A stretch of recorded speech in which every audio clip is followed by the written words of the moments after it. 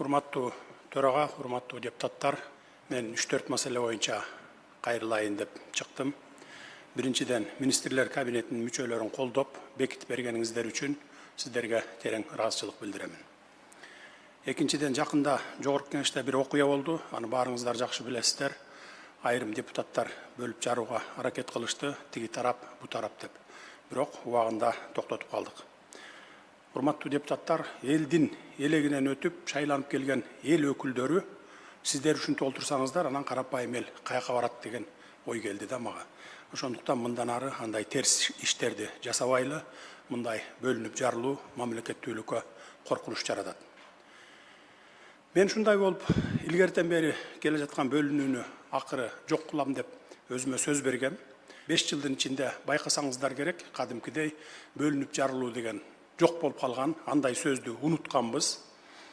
Мисалы, акимдерди, сотторду, жана башка мамлекеттик кызматкерлердин бардыгын ротация кылганбыз. Жыйынтыгын жакшы берип атат. Бүгүнкү күндө башында эле жыйынтыгы жакшы башталган, азыр дагы өзүнүн жемишин берип атат.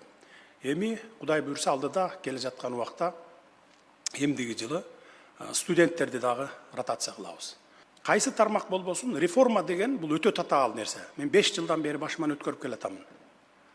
Бир тармакты реформа жасап баштаганда эле кыйкырык, өкүрүк, бакырык, көчөгө чыгып алып кыйкырмай, соцсеттерге чыгып алып кыйкырмайлар башталат.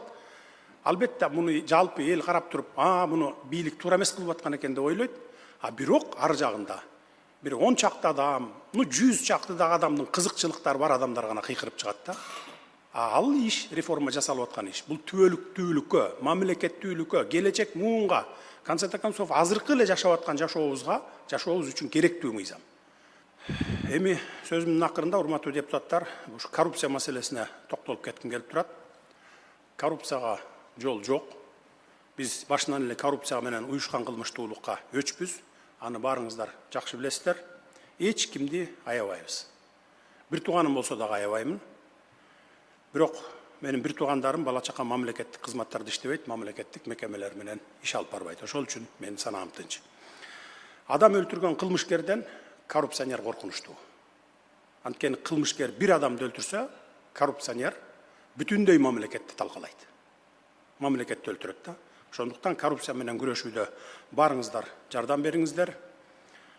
Бийликтегилер тараптан уурулуктар болсо, коррупция болсо, көрүп билип турсаңар, трибунадан ачык айтып чыгып туруңуздар.